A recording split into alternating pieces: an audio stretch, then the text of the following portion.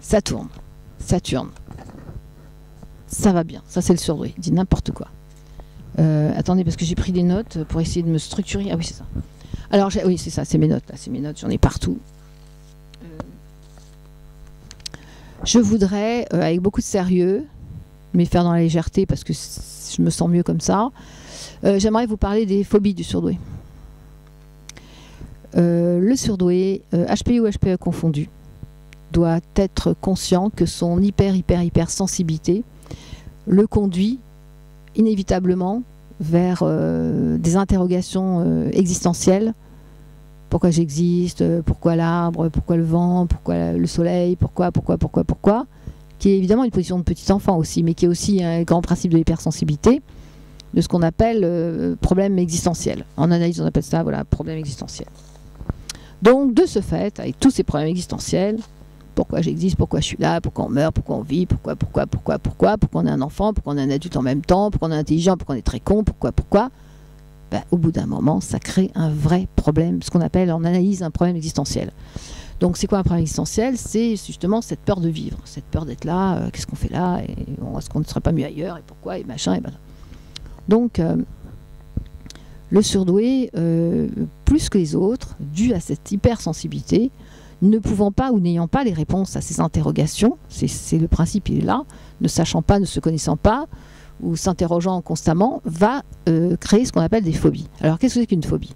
Une angoisse, c'est une idée consciente, inconsciente, qui se rend compte et qui crée instantanément une angoisse. Donc c'est facile à reconnaître parce qu'on se dit qu'est-ce que j'ai dit, qu'est-ce que je ressentais, pourquoi, voilà. On est dans un principe de combat conscient-inconscient. Ça c'est le principe de l'angoisse qui surgit immédiatement. Mais au-delà de ça, il y a ce qu'on appelle les symptômes et après les syndromes. Un syndrome étant l'accumulation de plusieurs symptômes. Et ensuite, il y a le principe qui est autre chose, le mécanisme des phobies. J'ai dit que bon, moi je viens de l'agoraphobie, hein, j'ai pas caché, c'est dans mes dossiers de presse, c'est partout. J'ai passé 12 années d'agoraphobie totale, c'est-à-dire ne pas pouvoir sortir de chez moi, que pour aller chez mes psys, comme par hasard, 3 fois par semaine. Et les rendez-vous importants, sans rentrer dans les détails. Et donc, c'est extrêmement douloureux pour un surdoué d'être hypersensible et ne pas savoir utiliser cette hypersensibilité. Ne pas savoir utiliser ses émotions. Je pense, et je voudrais le dire pour qu'on arrête ce principe de la gestion des émotions, les émotions ne se gèrent pas, les émotions s'utilisent.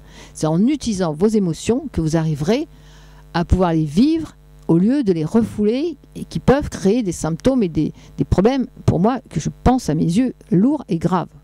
Allant jusqu'à des maladies, etc., etc. Donc tout n'est pas psychologique, il faut quand même consulter et faire très attention. Quoi qu'il en soit, le principe des phobies, qui est entraîné par ce qu'on appelle les peurs existentielles, c'est de l'incompréhension. L'incompréhension où le corps humain, le psyché, va fabriquer un discours à lui, qui lui est propre, et qui s'appelle symptômes, syndrome, angoisse, attaque de panique, j'ai appelé ADP, attaque de personnalité, attaque de panique, et surtout ce qu'on appelle les phobies. L'hypersensibilité ne va pas... Enfin, je veux dire, une personne qui est hypersensible, on ne peut pas de ce fait tout expliquer dans l'hypersensibilité. Pourquoi ça me dérange, pourquoi je me sens pas bien. Donc de cette non-explication, qui pourtant peut être expliquée, les personnes, mais spécifiques des surdoués, je parle principalement des surdoués, mais les autres aussi, mais principalement des surdoués dus à cette hypersensibilité, vont fabriquer ce qu'on appelle des phobies. Alors c'est quoi une phobie ? Une phobie, c'est mettre la peur que nous n'arrivons pas à identifier sur ce qu'on appelle un support. Nous, les psychanalystes, nous avons appris à identifier votre peur par rapport au support que votre psyché a choisi. C'est-à-dire que la peur des araignées, on sait très bien à quoi ça correspond. La peur de l'avion, on sait très bien à quoi ça correspond, etc., etc., selon le support choisi. C'est-à-dire que votre oh, c'est les chevaux, c'est absolument magnifique, cette descente des chevaux qui courent là. Oh, dommage qu'on puisse pas tourner la caméra, c'est la sensualité, de la force. Voilà. Puis ça arrête sous l'arbre parce qu'il y a du soleil. Donc cette hypersensibilité, voilà, qui va me faire arrêter parce que c'est plus important pour moi, je suis juste devant une caméra, de voir ces chevaux qui descendent comme ça, c'est... Donc, on reprend sur les phobies. Donc, d'après le support choisi, le psychanalyste va pouvoir identifier votre peur et vous aider à sortir de votre peur. En tout cas, c'est souhaitable. Et donc, le surdoué, dans cette hypersensibilité, met en place des peurs plus importantes et de ce fait des peurs non expliquées et de ce fait des phobies plus importantes. C'est typique aux surdoués qui disent mais qu'est-ce que je fais, Raymond, sur cette planète de singes? Mais qu'est-ce que je fais ici, dans ce monde? Mais qu'est-ce que je vais faire? Et voilà, c'est ce qu'on appelle toute la partie problématique existentielle. Le surdoué va donc fabriquer plus de phobies. Alors, toute l'histoire des phobies, des symptômes, des syndromes, mais on parle surtout des phobies, peur de l'avion, peur de l'ascenseur, voilà, enfermement, etc. Est-ce que on va pouvoir vivre sur ce monde sans phobie? Est-ce qu'on va pouvoir vivre sans peur? De peur inexpliquée, hein, je ne parle pas de peur, peur de quelque chose, un loup qui vient sur moi, évidemment j'ai peur. Mais ça c'est une peur qui est légitime, qui est explicative, qu'on peut appréhender, enfin qu'on peut, en tout cas on la voit, c'est peur de loup, c'est peur de grand méchant loup, c'est analyse des contes de fées. Bon bref, et donc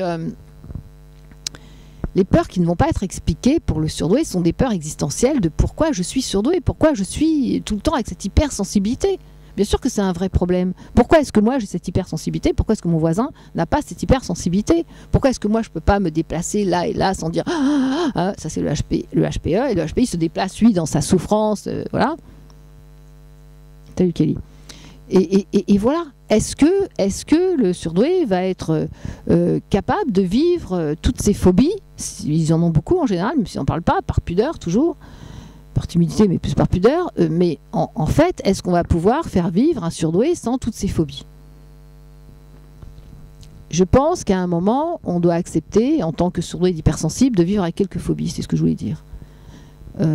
Aujourd'hui, et ça, je suis super heureuse. Aujourd'hui, vous pouvez rentrer dans un avion et dire je suis complètement claustro, ou pas prendre l'ascenseur et dire je suis complètement claustro, je vais monter à pied. Aujourd'hui, c'est bien vu. Il y a quelques années, nombreuses années, bon, oui, on vous internait pour ça. Donc aujourd'hui, il y a quand même cette évolution où il y a une acceptation de certaines phobies. Voilà, on n'est plus dingue si on a une phobie. Donc, ce que je veux dire, c'est est-ce qu'on apprend à vivre avec nos phobies? Le coq et la poule. Est-ce qu'on apprend à vivre avec ses phobies ou est-ce qu'on doit guérir et soigner et sortir de toutes ces phobies? Je pense que le surdoué, lui, comprendra qu'il devra vivre avec quelques phobies. Voilà. Alors, est-ce que c'est très important? Moi, je me souviens des phobies quand j'ai commencé à énumérer, pour vous faire rire. Oui, dans un souterrain, je dis, ah là, j'en ai marre, à quelle heure je sors du vagin de ma mère? Ou bien dans un ascenseur, à quelle heure je sors de ce cercueil? Ou dans l'avion, ah là, c'est sexuellement explosif. Voilà, mais c'est super sympa. Après, ça peut être tout un discours, on peut rigoler avec ça. Mais c'est une vraie souffrance, je suis d'accord, je viens de là, donc je sais de quoi ça parle. Donc, apprenons à comprendre nos phobies. Le surdoué fabrique énormément de phobies parce qu'il est hypersensible. Et quand il essaye d'échapper à plein de choses existentielles, il va évidemment être encore plus phobique que les autres. On peut régler une partie de ses phobies, on ne réglera pas tout. On ne passe pas 20 ans chez les MC pour régler des phobies que moi, de toute façon, ils n'ont rien réglé du tout. Voilà, je continue avec, je fais avec. Ça diminue dans l'accompagnement du surdoué. Le surdoué doit être entouré de personnes qui peuvent recevoir cette sensibilité, cette hypersensibilité. C'est comme ça que le surdoué fabriquera moins de phobies, en étant avec des personnes de partage et d'échange qui le comprennent, et de préférence sans parler. Voilà, donc sur les phobies, je ne sais pas, j'ai un peu tourné en rond, mais c'est comme ça. Il faut savoir aussi que le surdoué, par exemple, dans la plus grande phobie qu'il puisse fabriquer, c'est une libellule. Si le surdoué ne prend pas sa place, le surdoué a un vrai pouvoir de faire, pas pouvoir sur l'autre, pouvoir de faire. Si le surdoué ne prend pas sa place, il peut déclencher des grands sentiments de tristesse, d'amertume et tout, qui est le refus de se faire respecter, de se faire considérer pour le pouvoir qui est le sien. Le surdoué doit prendre sa place de pouvoir. Il a le pouvoir de faire, il doit prendre sa place. Et quelqu'un me disait, oui, c'est le principe du roi. C'est le roi qui refuse de se faire respecter, on le crucifie. Bon, c'est un peu dur, mais c'est quelque chose comme ça. Voilà. Donc ça, c'est un des éléments du surdoué, de refuser cette place de pouvoir. Et, voilà, il refuse, il veut rester gentil, et finalement, il rentre dans des complications et des phobies. J'avais marqué, oui, le HPI anesthésie ses émotions pour être libre. Finalement, il se retrouve enchaîné la non-acceptation de ses émotions qui crée ce fameux burn-out dans l'entreprise, puisqu'ils sont dans l'entreprise. Ils sont en général très intégrés dans l'entreprise. Voilà, le surdoué, c'est aussi le vilain petit canard qui doit accepter. Le surdoué va aussi fabriquer beaucoup, oui le coq, va aussi fabriquer beaucoup de phobies parce qu'il demande beaucoup d'amour. Nous sommes des mendiants de l'amour, je reconnais, et j'accepte très bien ce terme, d'Enrico Macias. Et ensuite, souvent dans une famille, c'est un élément important. Dans le principe de Freud de porteur de la puissance du père, c'est symbolique, hein, porteur de la puissance du père, souvent c'est le surdoué qui est porteur du phallus. C'est ça qui est incroyable. C'est-à-dire qu'il est à la fois le vilain petit canard que tout le monde veut démolir, et il est à la fois porteur du phallus dans une famille, c'est-à-dire celui qui va être la voûte de toute une famille. C'est-à-dire que le surdoué, on l'appelle quand on a des emmerdements, et le reste du temps on veut lui casser la gueule parce qu'on ne le supporte pas. Et comment faire, c'est prendre sa place. Le surdoué a une place de pouvoir et s'il ne la prend pas, il se fait démolir. C'est-à-dire que de cette intelligence intuitive puissante qu'il peut développer, qu'il peut utiliser, il va passer au vilain petit canard voilà. Bon, donc c'est très important pour lui de prendre sa place, de s'imposer. Voilà, qu'est-ce que j'ai écrit d'autre?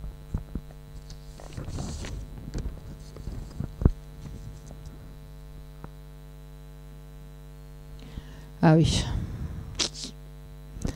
C'est peut-être un autre sujet qu'on devrait peut-être voir ensemble. Oui, je pense qu'on va faire un petit sujet là-dessus. C'est mieux. C'est comment nous perçoivent les non-surdoués, qui est autre chose. Donc voilà, c'est pour les phobies du surdoué. Donc sachez que vous vivrez avec vos phobies. Le surdoué, j'ai remarqué, parce que je travaille beaucoup sur l'agoraphobie, le syndrome du jumeau perdu, etc. Et l'agoraphobie, l'enfermement avec la mère, etc. Mais j'ai remarqué que les surdoués ont eu, pour la plupart, des naissances difficiles. Leur maman. Voilà. Pas eux, mais enfin voilà, de venir au monde. C'est à se demander s'ils n'avaient pas l'impression qu'en venant ici, ce serait dans une vraie souffrance et que souvent, il a fallu leur donner un coup de pied au cul pour qu'ils arrivent sur Terre. Voilà. Donc, ça crée beaucoup de phobies aussi. Il y a aussi ça. La fatigue du surdoué. Le surdoué est en permanence dans le stress. Le surdoué doit apprendre... Ah oui, alors on était là en week-end à gérer le stress.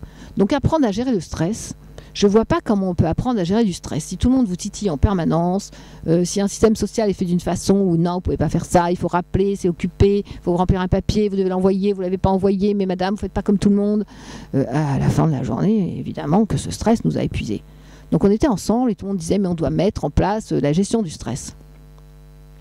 Alors j'ai eu la bonne idée, si quelqu'un veut le faire, c'est de monter une entreprise qui irait à notre place faire les démarches avec SFR, où j'ai passé 2 jours pour avoir un nouveau portable, qui ferait les démarches avec Orange, où c'était coupé, il fallait appeler le service technique, ça a pris 3 heures pour appuyer sur un bouton et remettre un truc parce qu'on ne savait pas faire.